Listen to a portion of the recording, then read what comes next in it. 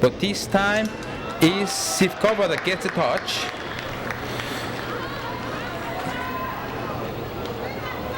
Very, very fast bout. We see a lot of touches, trying to bring the score up to the right speed. And this time, it's the Germans that get the touch with that very nice attack from Winningham. It was the attack on the preparation, very nice. It's very risky for Winningham to be in that close to the distance with a very strong fencer. And the score is 22 for Russia, 17 for Germany. Very strong play towards the end of the strip. Simultaneous attack, double touch.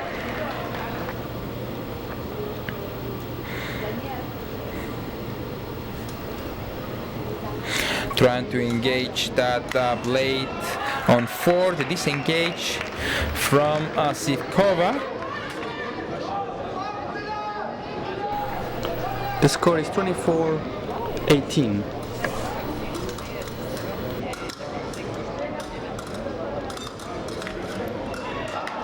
It was very nice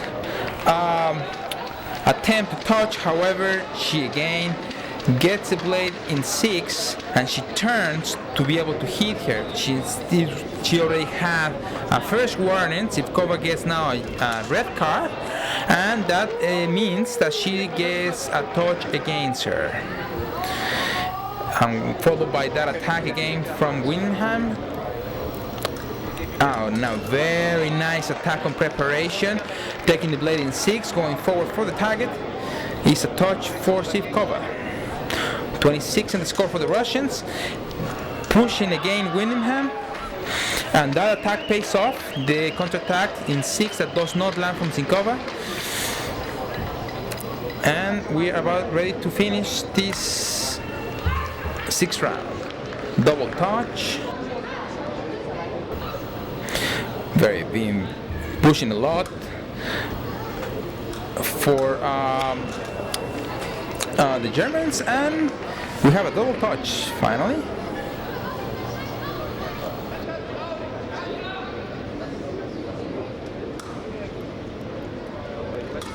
Wow, very nice attempt to touch, but she turns her back again. The judge does not like that. She gives her another card, and that means touch in favor of the Germans. That was a remise of attack that the Sivkova was attempting to do, but she's already accumulated 1 red card for the team. The consecutive mistakes that she may get, then it will count as red cards and touch against.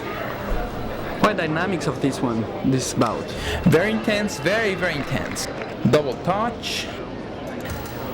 The 7th round now. Double touch.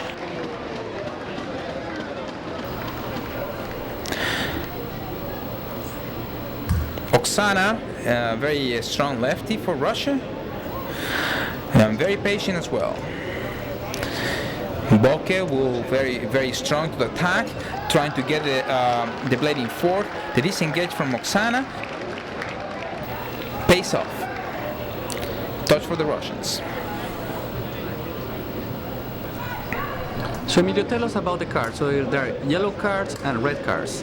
You get a yellow card every time you make a mistake? The yellow card represents a warning, and the warning will be penalized, repenalized again for the judge. If the mistake recurs, that will give them a red card, and the red card means a touch against the team, and that means that each of the next faults that the team will, or the defender will accumulate in that bout will get a red card. Now we see in this case a yellow card, and the reason why they give her a yellow card this time to Oksana is because she tried to give an attack that lands against a core, meaning very close contact with the body. It's registered as a very dangerous play, and the judge penalizes this action with a yellow card for the fencer that is fencing in this round. A continuous attack for Bokel, and finishing off in that remissive attack against Oksana. That pays off, it gives you the touch, one more touch for the Germans.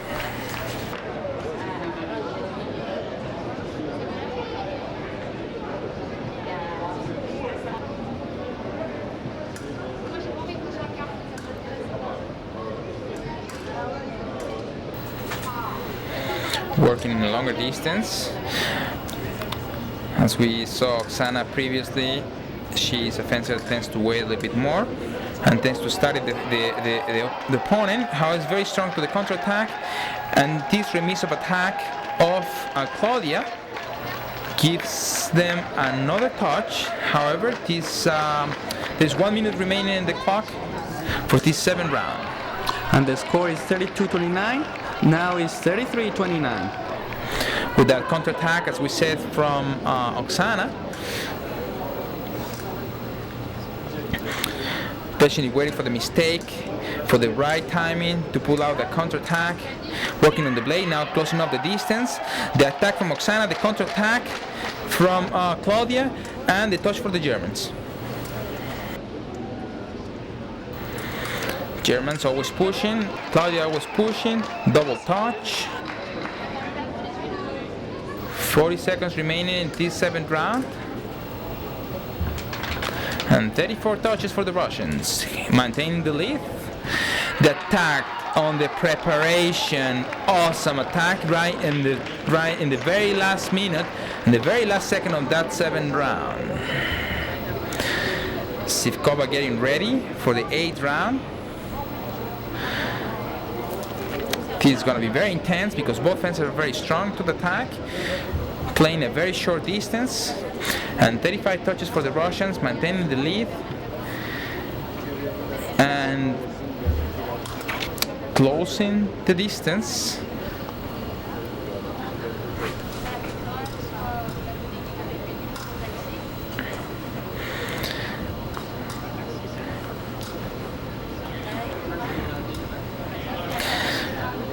Tatiana trying to be more patient in this bout.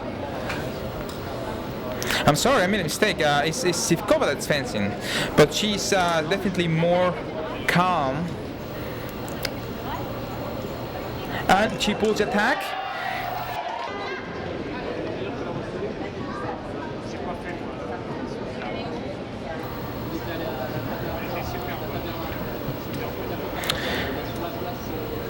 She knows that this time she has to be more patient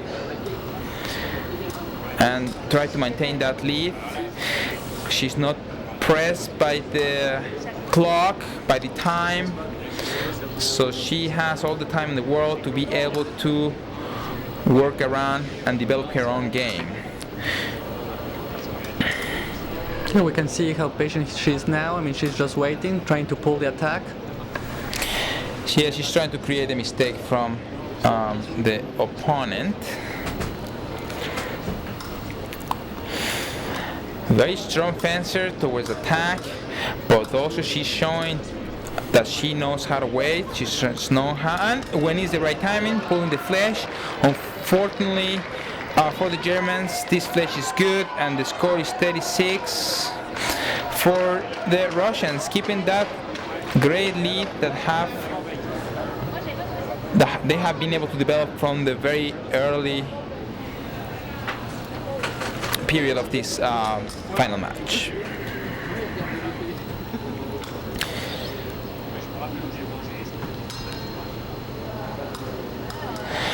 Working a little bit shorter distance than when they initially started, trying to walk in the blade. Both of the fencers provoking, making feints, getting into the distance, getting out of the distance.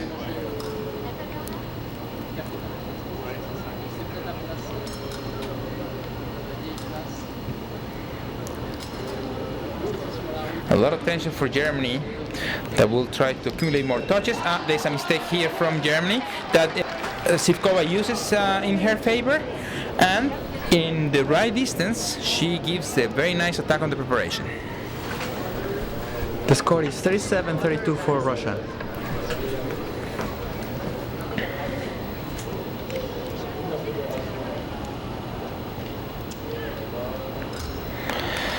a series of attacks and counterattacks that brings the final round.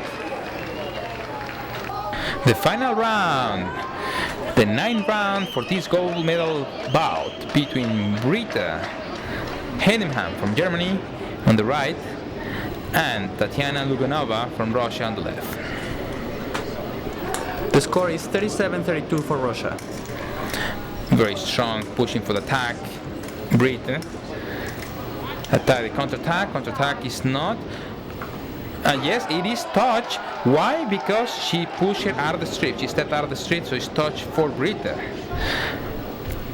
But still Russian on the gap. Very long launch, extraordinary long launch, giving her the attack on the preparation with 2 minutes and 30 seconds in the clock.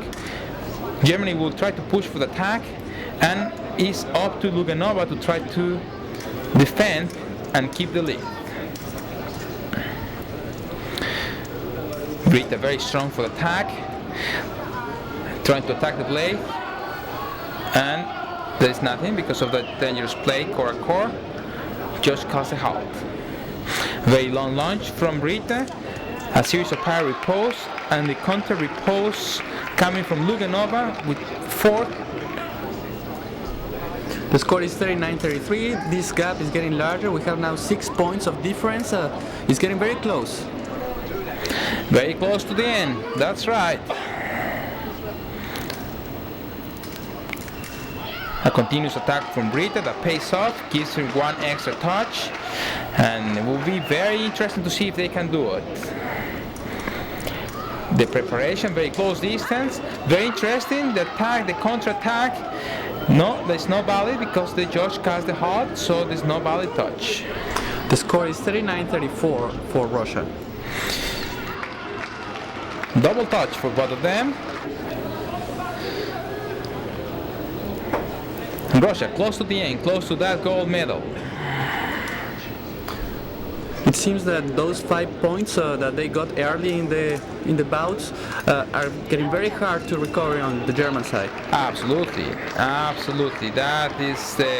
was the key of this whole bout. 41 for the Russians, 4 points apart from this gold medal, and an attack that pulls from Luganova that is not right on target, is not valid. Counterattack is good for Luganova.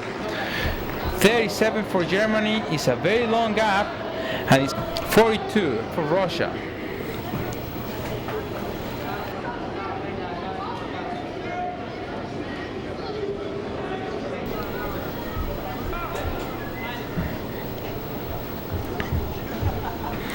Britta trying to go forward for the attack again.